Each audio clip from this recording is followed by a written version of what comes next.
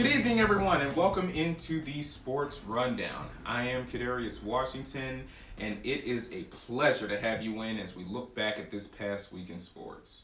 I do this once a week every Monday as I am a 22-year-old journalism grad student who works at a job where when I tell my manager that I'm working to be a full-time sports broadcaster, they respond with, "Have you cleaned behind the dumpster yet?" Nonetheless, it's a pleasure to have you in, and now if you don't mind, we're going to get to the news. Right now, we need to talk about what happened early yesterday morning. Yeah, I know this is Super Bowl week, and we'll get to that later, but right now we have a much bigger story that we need to cover. Way in the early hours of Sunday morning, Shams Charania of ESPN might have broken one of, if not the biggest trade in the history of the NBA. According to Shams, the Dallas Mavericks sent Luka Doncic, Maxi Kleber, and Markieff Morris to the Los Angeles Lakers in exchange for Anthony Davis, Max Christie, and a 2029 first-round pick. Understandably, what got lost in the details was that Jalen Hood-Schifino and the second-round picks from the Clippers and Mavs were sent to Utah, but let's stick to the main story at hand. Along with this, ESPN's Tim McMahon said, quote, "The Mavs had major concerns about moving forward with Luka due to his constant conditioning issues and the upcoming Supermax contract extension this summer," end quote.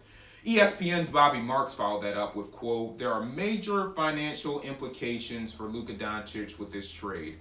He was in line to receive a $345 million contract extension this summer, and Luka is no longer eligible for the Supermax," end quote. So I have a couple of things that I want to take away from this. Number one, I get the Mavs' concerns about Luka staying healthy, but Anthony Davis is really a proper replacement for that. I mean, seriously. I know that this is a gut punch for Luka. He was going to become one of the highest paid players in the league, and the Mavs just pulled the plug on him just like every other girlfriend that I've had when it got close to Valentine's Day. Listen, brother, I know how you're feeling.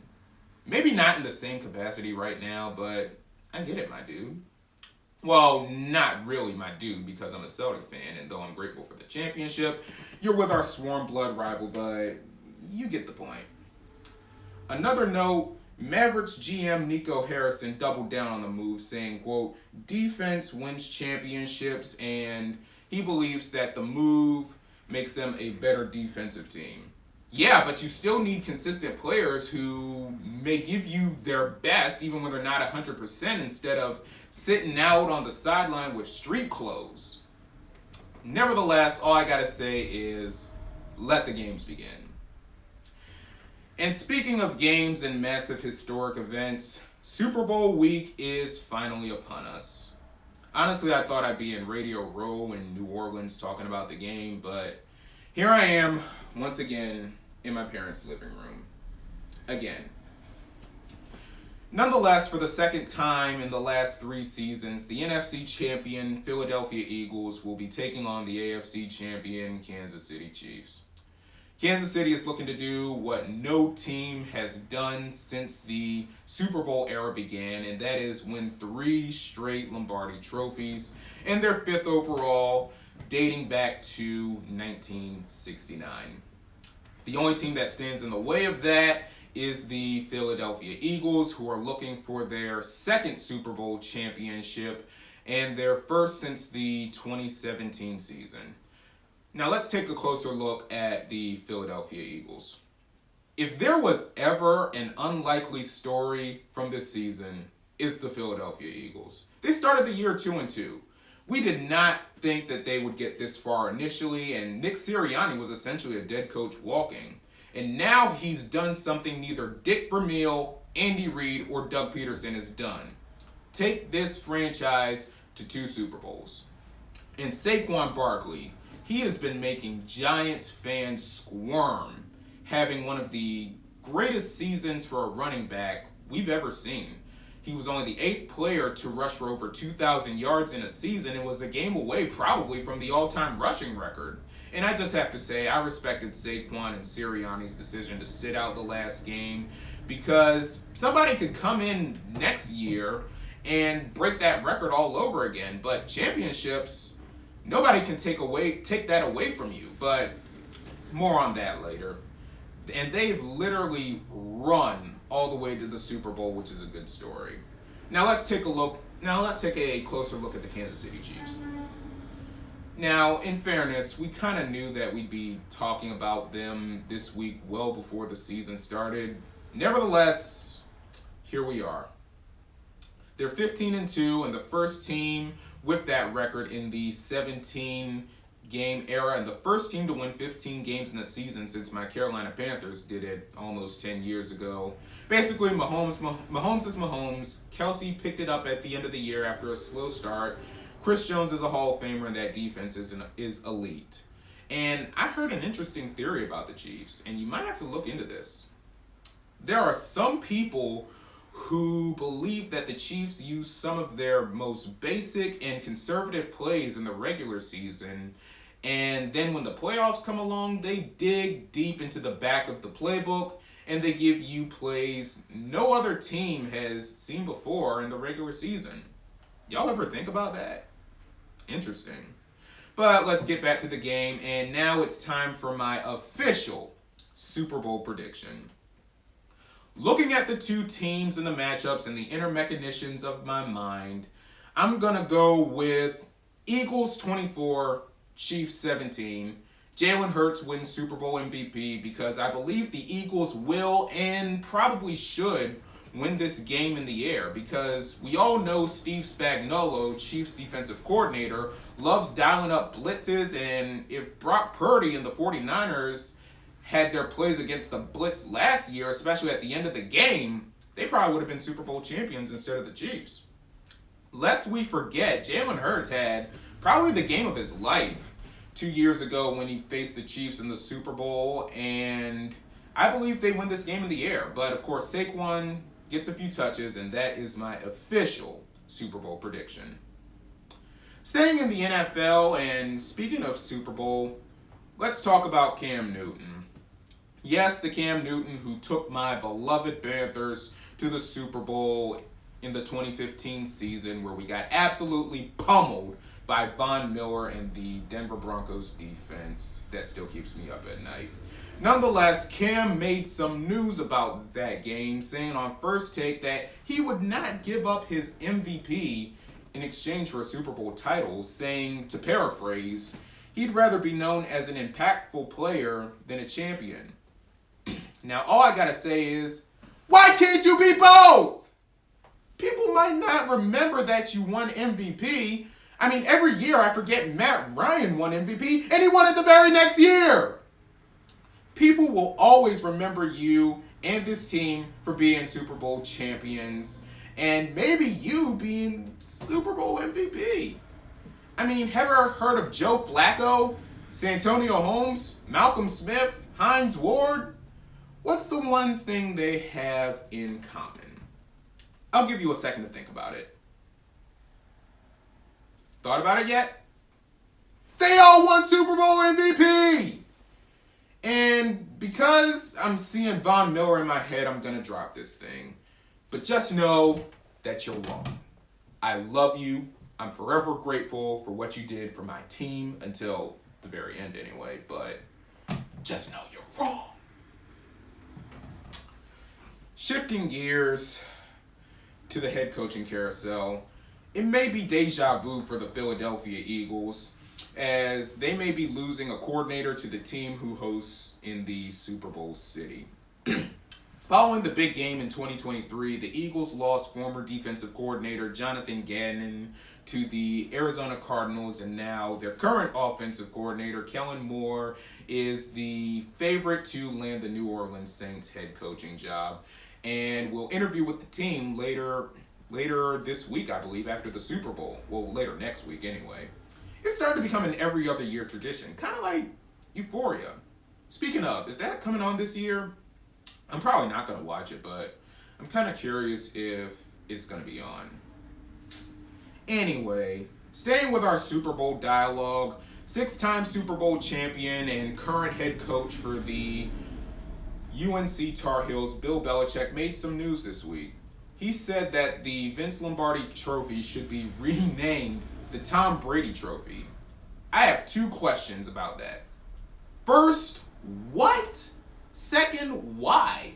I mean, I know Tom Brady played in this game more than anyone else, but you don't see the NBA renaming the Larry O'Brien Trophy the Bill Russell Trophy, don't you? Even though they have the Finals MVP for it. You don't see the MLB renaming the Commissioner's Trophy the Yogi Berra Trophy. You don't see the NHL renaming the Stanley Cup the Henri Richard Cup. You see where I'm going here, but just no, okay? If you want to rename the Pete Rozelle Super Bowl MVP, the Tom Brady Super Bowl MVP, that's one thing, but please, don't do the other thing. I mean, geez. One more NFL headline. We may have one less bad owner in the league after all. Jets owner Woody Johnson apparently told ESPN's Rich Cimini that he needs to be a better owner, indicating that he's going to step back and stay in the owner's box. And I just have to ask, can somebody convince Jerry and Stephen Jones to do this? I mean, can somebody convince them and other owners to maybe find the error in their ways and maybe step back and leave their teams alone so they can actually be football teams instead of punchlines? But that's enough football for right now. Let's talk some NBA. It's been a wild and crazy week in the National Basketball Association, and of course the trade deadline is Thursday at 3 p.m. Eastern. And we began the show with the massive trade from yesterday, and we had another trade last night, but this one was actually expected. The San Antonio Spurs are acquiring De'Aaron Fox, Jordan McLaughlin, and the Sacramento Kings are acquiring Zach LaVine, Sidi Sissoko, 3 first-rounders and 3 second-rounders, and the Chicago Bulls are acquiring Zach Collins, Trey Jones, Kevin Huerter, and their own first-rounder from San Antonio this year. Looking at the trade at face value, the Spurs got better. The Kings may be building their future after all, and the Chicago Bulls are a bunch of idiots. The Chicago Bulls really lost this trade, and it's not even close, especially with what they lost, what they gave up, and what they got back. I mean, seriously, what were the Bulls thinking? But I just gotta say, to all the Chicago Bulls fans watching, you have my sincerest condolences. I'm sorry that you are fans of a very stupid franchise. But before those trades, the LA Clippers sent PJ Tucker, Mo Bamba to the Jazz for Drew Eubanks and Patty Mills in cash. More importantly, this move puts the Clippers below the second apron to make more moves ahead of the deadline. So there we go. Well, ladies and gentlemen, it's almost NBA All-Star time again, and the full rosters were revealed this week. In the East, we have Jalen Brunson, Donovan Mitchell, Jason Tatum, Giannis Antetokounmpo, Karl Anthony Towns, Jaylen Brown, Pascal Siakam, Darius Garland, Cade Cunningham, Evan Mobley, Damian Lillard, and Tyler Hero. And then in the West, we have Stephen Curry, Shai Gilgeous-Alexander, LeBron James, Kevin Durant, Nikola Jokic, Anthony Edwards, Anthony Davis, James Harden, Jaren Jackson Jr., Alperen Sengun, Jalen Williams, and Victor Wembanyama. So, as far as the starters is concerned, it's pretty much the usual suspects and quite a few names being named reserves. So here's where I take issue. What about Domantas Sabonis? What about Trae Young? What about Kyrie? LaMelo hasn't had a good season? I mean, I know the Hornets stink, but I mean, between LaMelo and Trae, they have to be the biggest snubs.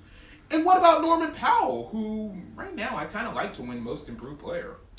And another thing about that quickly, I heard a bit of dialogue about Amen Thompson winning Most Improved Player, and at the same time, there have been a few notable and trusted NBA journalists who will not vote for second-year players to win Most Improved Player. On one hand, I mean, I get it because the The players are expected to be better in their second year, but I don't know. Second-year players should be able to be in contention, but that's just me anyway. Another significant story in the NBA this past week, Caitlin Clark rained on the NBA's All-Star Parade as she declined the invitation to compete in a three-point shootout. According to Clark's representatives, quote, she wants her first three-point contest to be at NBA All-Star in Indianapolis this summer, end quote. Honestly, I love the move. I really love this move. I mean, she pretty much told the NBA to come to their backyard and help grow their game. A leverage move by Clark, and I absolutely applaud her for that. But one thing that I didn't applaud was the end of the Rocket-Grizzly game last week. Take a look. Shot clock at 5. Van Vliet goes against Jackson. Crossover, puts up a three. No! Rebound by Wells. Here they go, open lane.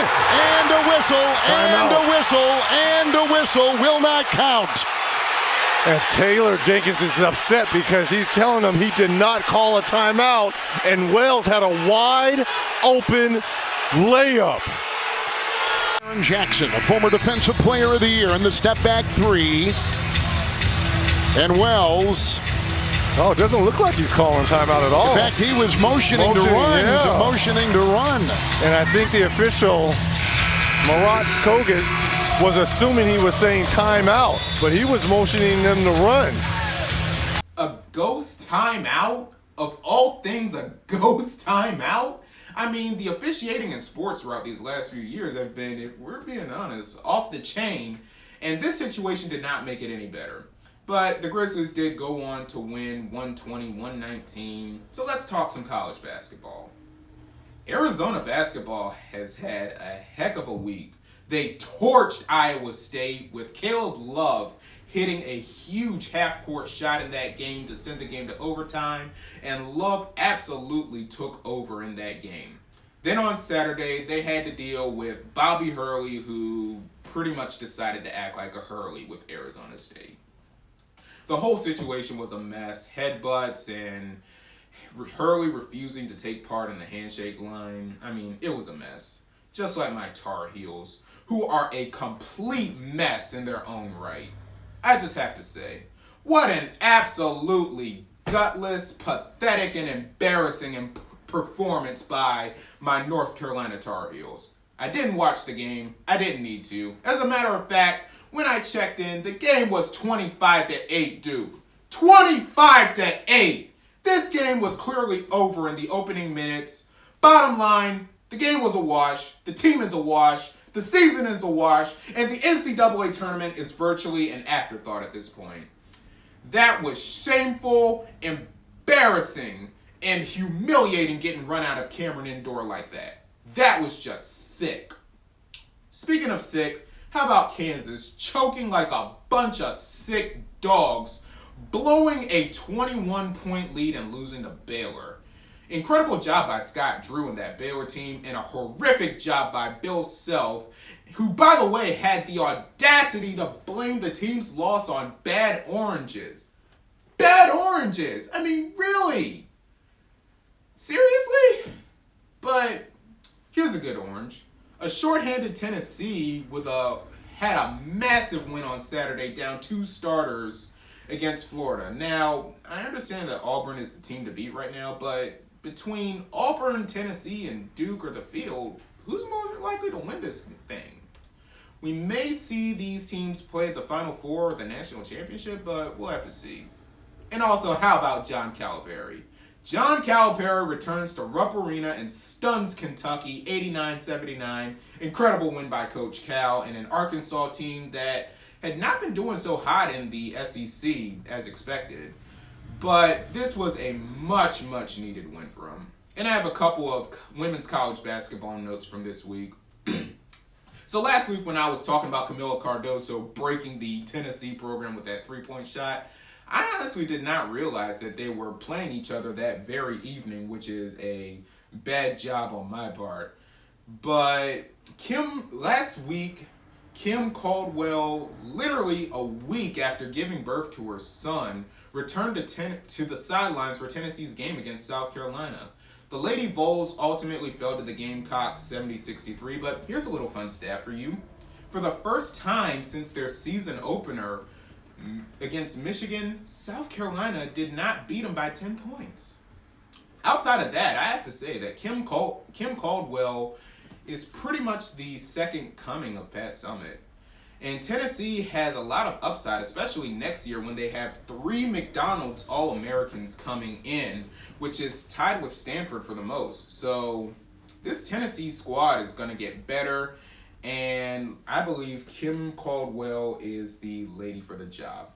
Now let's talk about another Kim. Kim Mulkey, as her LSU squad on Thursday had a massive bounce-back win on Thursday night against Oklahoma, 107-100, but this was really a chippy game. Samaya Smith and Liz Scott of Oklahoma were both thrown out.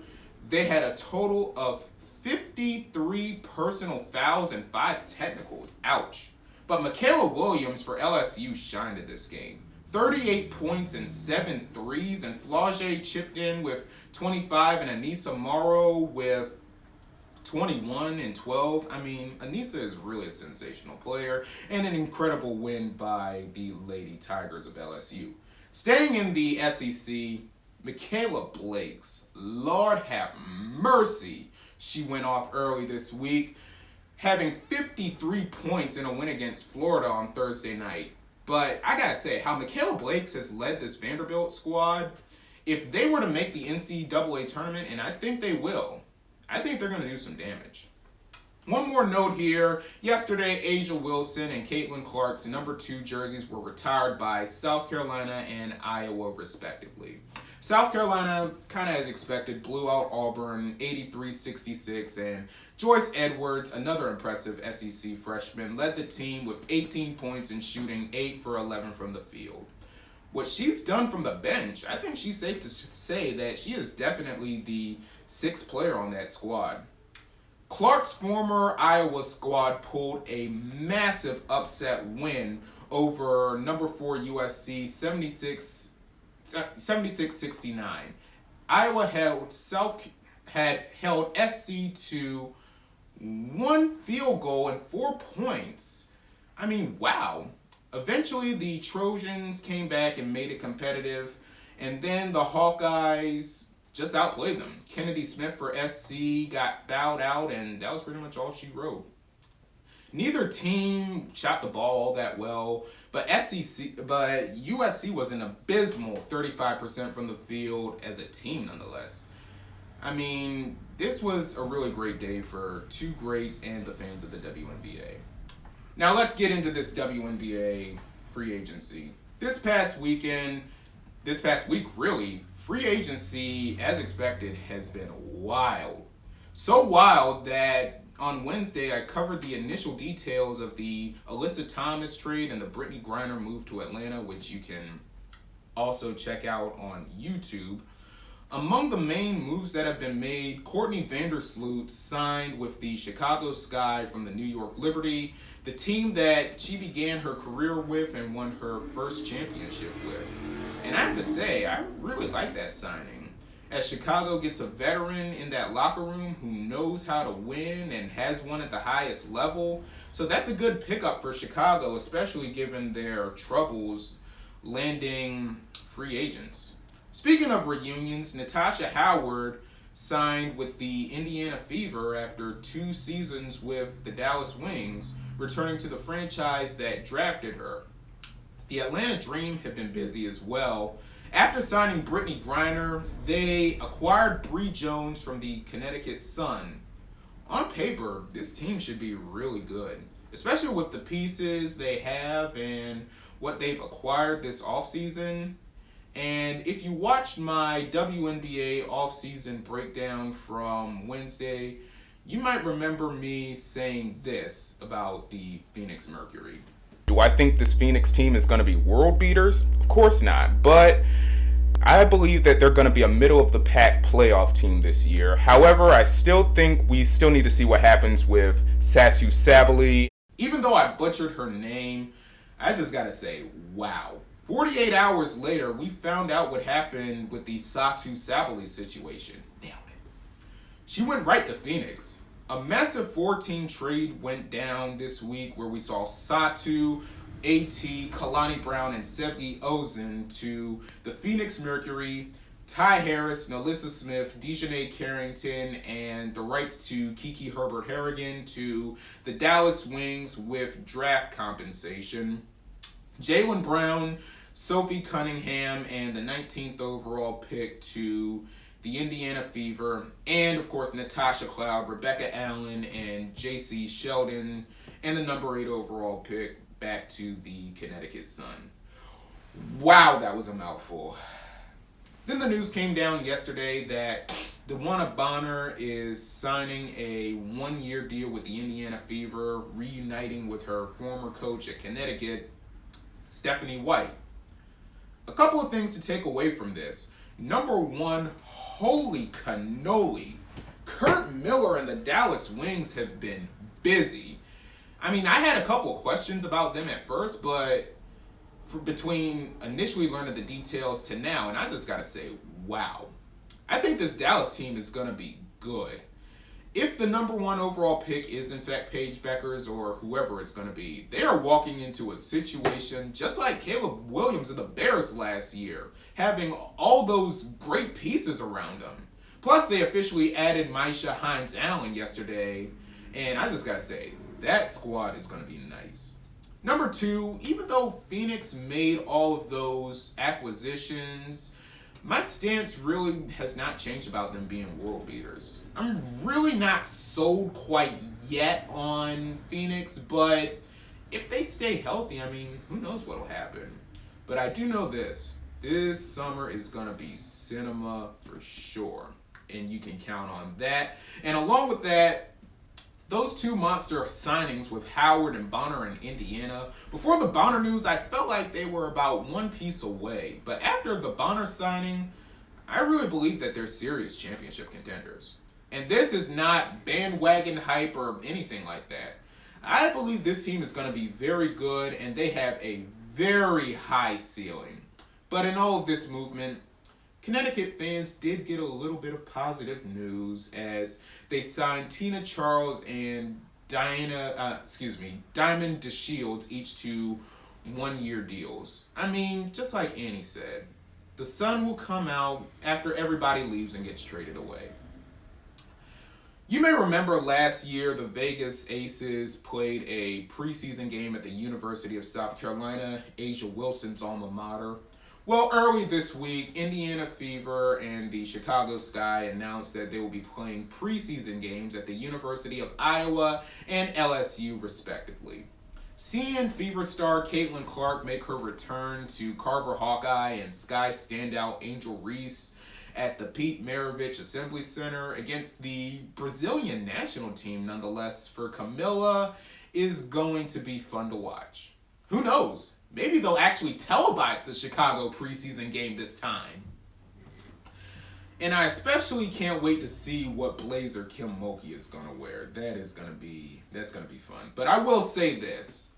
I don't know whether or not Diana Taurasi will be coming back this year, and none of us do. But I think it would be a crime for Phoenix to not have a preseason game in Storrs, Connecticut. Let this thing go full circle, darn it. One more WNBA headline that I want to cover is the last expansion team as it all comes down to Houston, Detroit, Nashville, Philadelphia, Milwaukee, Kansas City, and St. Louis. You may remember me on Twitter at CW Talk Sports, that's CWTALKS Sports, that I have been pounding the drum for the Houston Comets to make a return. I also learned that if the WNBA were to make a Detroit, that they can't be called the Shock because their history is all tied up with the Dallas Wings, which kind of sucks. But I would sacrifice all of that if we get the Tennessee Summit. The Summit has an ownership group together that currently consists of Candace Parker, Peyton Manning, and others. And I think it is an amazing way to honor the late, great Pat Summitt And also, if we can put a team in Connecticut, we can put a team in Tennessee. And if that's the case, I'm all for it.